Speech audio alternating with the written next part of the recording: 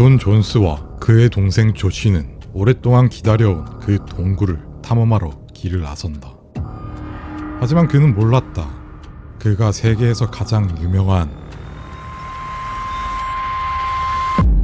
동굴 사고의 주인공이 될 줄은.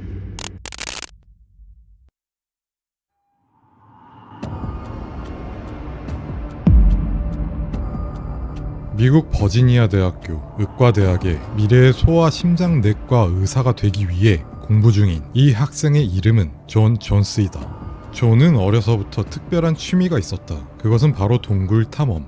그리고 그의 동생 조씨도 그와 함께 동굴 탐험을 하는 것을 즐겼다. 조씨와 함께 청소년 때부터 여러가지 동굴들을 탐험하는 것으로 자신의 살아있음을 느끼곤 했다. 하지만 요즘 존은 그럴 여유가 없어졌다. 그는 결혼해서 아이도 낳았고 버지니아 대학교의 의대생으로서 바쁜 나날들이 이어졌기 때문이다. 그는 마음 한켠에 동굴 탐험을 하고 싶은 욕구가 자리 잡고 있었다. 2009년 11월 23일 추수감사절 전 연휴를 맞아 집에서 오랜만에 휴식을 가진다. 그는 오랜만에 휴가를 맞아 집에서 가족들, 아내, 그리고 그의 아이와 함께 행복한 시간을 보내고 있었다. 그런데 그때 조씨의 말 한마디가 존의 마음을 휘젓는다. 너티퍼티 동굴이 드디어 열렸대. 너티퍼티 동굴은 미국 유타주 유타 호수 서쪽에 위치한 동굴이다. 이 동굴은 1960년에 처음 발견되었다. 여러가지 방과 천장이 낮은, 아주 많이 낮은 통로들로 기어다니며 움직일 수밖에 없는 구조이다. 하지만 보이는 것과는 달리 동굴 탐험 초보자들도 이곳을 많이 방문한다. 보이스카우트 활동으로 이곳을 체험하기도 했다고 한다. 당시 매년 수천 명의 탐험가들이 방문한다. 너티퍼티 동굴의 구조는 좁은 통로에 여러 방으로 구성되어 있다. 여러가지 구조가 혼합된 더 메이즈. 여기엔 두드리면 종처럼 울린다는 속이 빈 바위도 있다고 한다. 그리고 45도 각도로 내려가는 빅 슬라이드가 있다. 이 구역은 초보자들도 동굴을 체험하기에 충분히 넓었다. 하지만 이 다음부터는 동굴 초보자들에겐 재앙이 될 것이다. 더 버스커널이라고 불리는 이곳은 거꾸로 된 Y자로 구성되어 있다. 그리고 이곳부터는 통로가 더욱 좁아진다. 숙련된 탐험가들조차도 탐험하기가 너무 어려워서 지도가 완성도 되지 않았다. 멋모르고 이곳을 탐험했던 초보 탐험가들은 지옥을 맛본다. 1999년부터 2004년까지 보이스카우트 2명을 포함한 여러 사람들이 이곳에 끼어버려 구조대들이 출동하여 도움을 준 적이 많았다. 그래서 이 동굴은 수년간 폐쇄되어 있었고 동굴 탐험가들의 항의로 인해 2009년 드디어 너티퍼티 동굴이 다시 열린 것이다. 존과 그의 동생 조씨는 유타주의 여러 동굴들을 탐험한 경험이 많았지만 너티퍼티 동굴은 가본 적이 없었다. 존은 너티퍼티 동굴이 열렸다는 소식에 그동안 쌓여있던 동굴 탐험의 욕구가 치솟는다. 그래서 그는 형을 포함한 가족들과 함께 내일 아침 이곳으로 하이킹을 가기로 결정을 한다.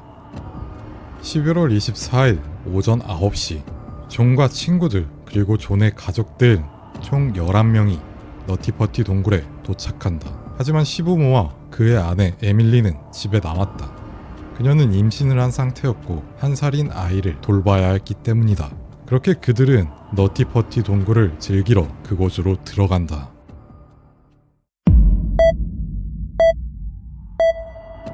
여러 명은 모두 동굴로 들어간다. 이들은 동굴 탐험 초보자들도 있었다. 모두 빅슬라이드에서 로프를 장비하고 즐겁게 그곳을 탐험했다. 하지만 존은 여기까지만 할 거면 오지도 않았다. 나머지 초보자 7명을 제외한 존, 조씨, 친구 2명은 미지의 세계를 탐험하러 더 깊은 곳으로 가기로 한다. 4명은 더 버스커널에 진입한다. 이름에서도 알 수 있듯 이 통로는 마치 갓 태어난 아기처럼 기어다녀야 한다. 존은 이곳이 끼임 사고가 자주 일어나서 동굴이 폐쇄됐다는 것도 이미 알고 있었다. 하지만 그 정보가 그들의 탐험을 막아주진 못한다. 거꾸로 된 Y자 갈림길에서 4.5m 길이의 왼쪽 통로로 간다. 하지만 존은 이곳을 가지 않는다. 오른쪽의 통로로 나아간다.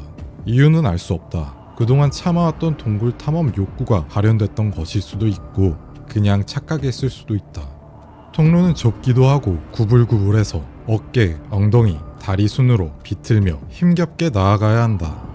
존이 마주한 이 통로에 바위가 튀어나온 이 부분은 코르크마개라고 불린다. 그리고 1.5m 정도 직진하면 약 70도 각도로 아래로 꺾여진 위험한 구간이 존재한다. 대부분의 이 전 탐험가들은 여기서부터는 탐험을 이어가기 힘들어했다.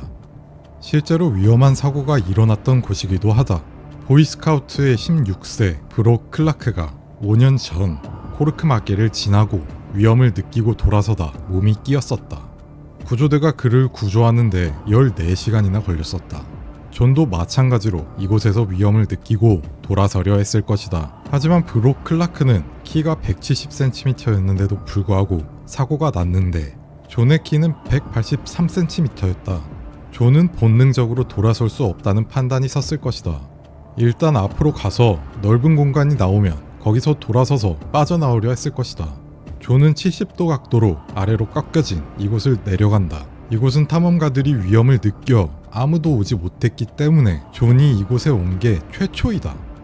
경사가 급격한 이곳은 존이 힘을 많이 쓰지 않아도 몸이 술술 미끄러져 잘 내려간다. 매우 좁은 통로를 미끄러져 가는 그 순간, 이 통로의 마지막 구간에서 미끄러지는 속도가 높아진다. 그의 손은 머리 앞에 있었고 속도를 제어하기가 힘들었다. 몸을 돌릴 수 있는 넓은 구간은 야속하게도 나오지 않는다. 팔로 속도를 제어하면서 극한의 공포를 느낀 존은 조씨가 들리도록 여기로 오지 말라며 소리를 지른다.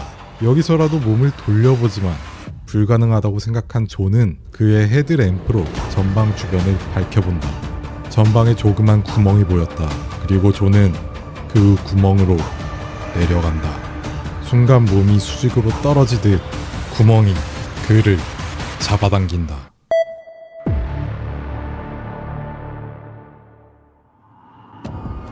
이 구멍은 가로 45cm, 세로 25cm로 노트북 정도의 면적으로 아주 좁다. 길이는 170cm 정도에 각도는 거의 90도, 앞으로 나갈 수 있는 곳은 없다. 그가 왜 이 구멍에 들어갔는지는 알 수 없다. 내려가는 속도를 제어하지 못해 그대로 처박혔다는 추측도 있고, 그 구멍을 지나면 몸을 돌릴 수 있는 넓은 통로가 있을 것이라 믿었을 거라는 추측도 있다. 어쨌든 그는 거의 90도 가까이 거꾸로 된 상태에서 필사적으로 힘을 써 몸을 꺼내려 했다. 그의 팔은 가슴 쪽에 접힌 채 바위에 갇혀 힘을 제대로 쓸 수 없었다. 어깨, 허리, 엉덩이, 다리, 한정된 자세에서 쓸 수 있는 모든 힘을 다 써보았을 것이다. 하지만 전혀 미동도 하지 않는 자신의 몸을 발견한다. 그나마 다리가 움직일 수 있는 공간이 있었지만 그의 시선은 앞에만 있을 뿐 다리를 보지 못한다. 오히려 움직이다가 다리가 더 좁은 틈으로 끼인다. 이제 존은 구멍에 완전히 끼었다. 단 한 치도 움직이지 못한다. 183cm, 90kg의 건장한 체격의 그는 좁은 통로를 지나려 폐도 자신이 수축시켜 탐험하고 있었을 것이다. 거기에 바위에 낀 왼팔이 가슴 쪽을 압박했다. 온몸에 힘을 쓰느라 체력까지 빠진다. 숨이 가빠진다. 이제 그가 할 수 있는 건 소리뿐이다. 조씨에게 오지 말라고 소리를 질렀지만 살려면 다시 불러야 한다. 조씨에게 구해달라고 크게 소리를 지른다. 조씨는 형을 구하기 위해 이 위험한 공간을 지나온다. 조씨는 존과 달리 다리를 아래로 향해서 온다. 힘겹게 이곳에 온 그는 두 눈을 의심할 수밖에 없는 광경을 본다. 상황이 심각하다는 걸 인지한 조씨는 자신의 다리를 이용해 존을 끌어내본다. 하지만 역부족이었다. 그는 구조대의 도움이 필요하다는 것을 느끼고 존에게 구조대를 불러온다고 안심시킨 뒤 동굴 밖으로 향한다. 존은 이제 힘으로 빠져나가려는 것은 멈추었고 주로 호흡을 하며 마인드 컨트롤을 했다. 하지만 중력은 그를 점점 더 구멍 속으로 내려가게 했고 몸 전체가 바위에 눌려간다. 계속되는 고통을 참아가며 존은 구조대를 기다린다. 이곳에 처음으로 도착한 구조원은 수지다. 발목에 로프를 장비하고 이곳에 왔다. 수지가 도착했을 때의 시간은 12시 30분, 이곳에 갇힌 지 3시간째다. 존은 드디어 구조가 될 수 있을 거라는 안도감이 들었다. 실제로 그는 수지에게 정말 나가고 싶었다라면서 감사하다는 말을 계속해서 했다. 그리고 존의 다리에 로프를 묶어 더 피트라는 이 통로의 시작점으로 돌아가 로프를 끌어당긴다. 하지만 이것도 역부족이다. 이번엔 도구를 가져와 존이 빠진 구멍을 넓혀보려 한다. 하지만 단순한 도구로는 바위가 단단해 잘 부서지지 않아 몇 센치 정도만 넓힐 수 있었다. 드릴이나 아니면 폭발로 구멍을 넓히는 방법도 있었겠지만 존에게 더욱 위험을 초래할 수 있기 때문에 시도하지 않았다. 이 외에도 여러가지 구조 시도를 해보지만 열악한 동굴 환경에 모두 실패한다. 이곳은 단 한 사람만이 힘겹게 도달할 수 있는 공간이므로 구조 장비를 가져온 것만으로도 많은 시간과 힘을 써야 했다. 게다가 너무 좁아 장비를 원활하게 사용하기에도 힘들었다. 구조대는 고심 끝에 풀리라는 구조 작업을 시작한다. 5년 전 브루클라크를 구조할 때 이것으로 구조를 성공했었다. 풀리란 구조자의 몸에 묶은 로프와 동굴 벽이나 틈에 연결고리를 설치하여 도르래의 원리로 힘의 방향을 바꿔 효과적인 방향으로 힘을 주는 것이다. 이렇게 당기면 힘을 효과적으로 주기 힘들지만 풀리를 사용하여 당기는 힘의 방향을 바꾸면 효과적으로 힘을 줄 수 있다는 것이다. 하지만 설치하는데 너무나도 시간이 오래 걸린다는 단점이 있다. 그는 이 좁은 구멍에 8시간째 갇혀있다. 구조대가 예상한 그가 버틸 수 있는 시간은 9시간 남짓이다.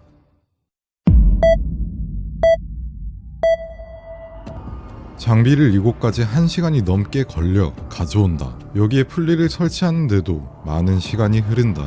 드릴질은 동굴 전체를 진동시킨다. 잘못하면 동굴 전체가 붕괴될 수도 있지만 존을 구하려면 해야 한다. 드릴질의 진동은 아마 존의 피부로도 느껴졌을 것이다. 존은 실제로 기도를 하며 이 상황이 잘 지날 수 있길 바라고 있다. 하지만 안타깝게도 그의 몸은 점점 버티기 힘들어진다. 사람의 몸은 거꾸로 있게 설계되지 않았다. 거꾸로 서 있는 경우 중력의 영향으로 혈압이 높아지며 장기들이 폐를 압박하여 숨이 가쁘게 되고 머릿속에도 피가 몰려 의식을 잃거나 뇌에 손상이 생길 수 있다. 또한 안구에도 피가 몰려 실명될 수도 있다. 물구나무 서기를 잠시만 해도 얼굴이 새빨개지는데 그는 이미 12시간째 구조대가 예상한 생존 시간 9시간을 이미 넘었다. 거기에 더해 바위에 꽉 눌려있다. 존은 곧 다리를 움찔거리며 이제는 환각을 볼 지경에 이른다.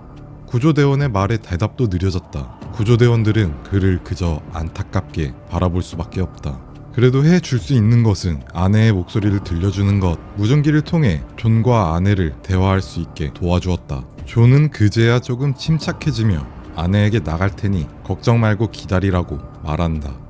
그리고 동굴 속은 공기가 한정적이다. 여러 사람이 이곳에서 숨을 쉬고 있었기 때문에 구조대원들도 숨을 쉬기 점점 힘들어진다.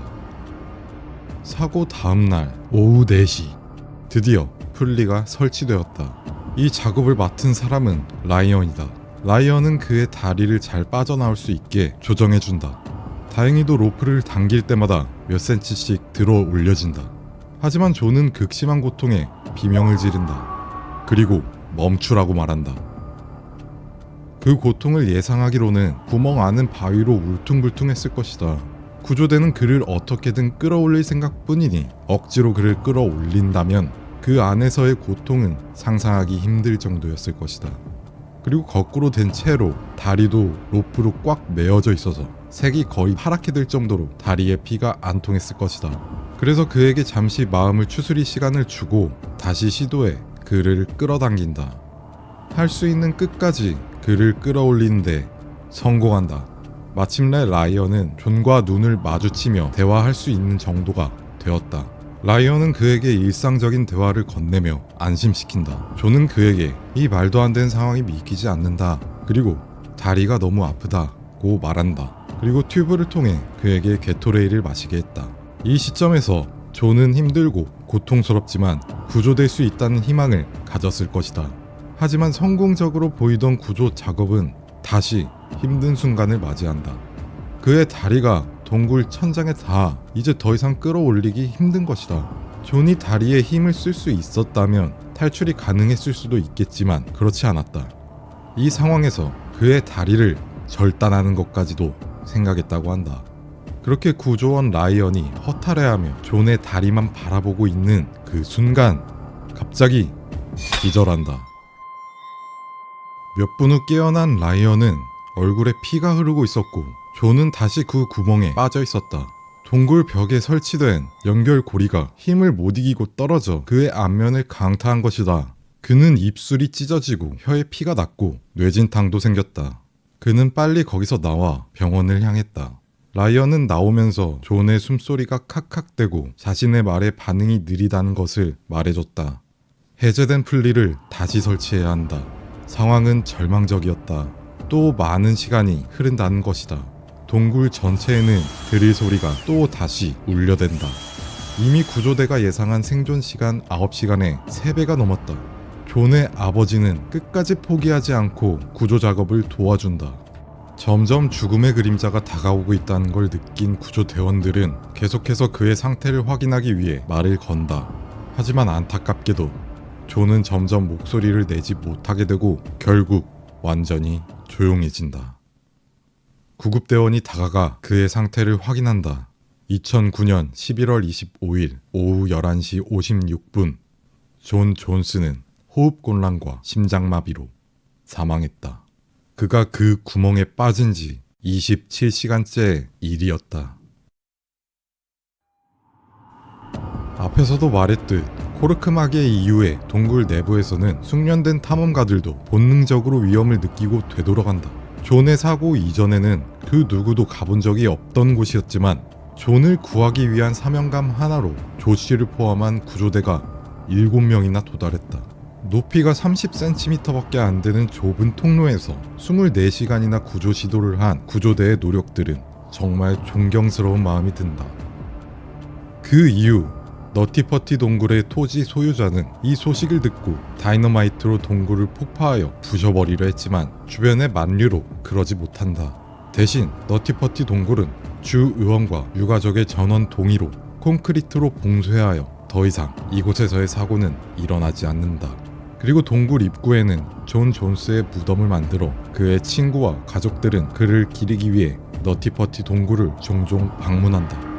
그리고 존의 시신을 수습하는 것조차도 엄두를 내지 못했고 그 자리에 지금 이 순간까지도 존은 그곳에 아직도 끼어 있다.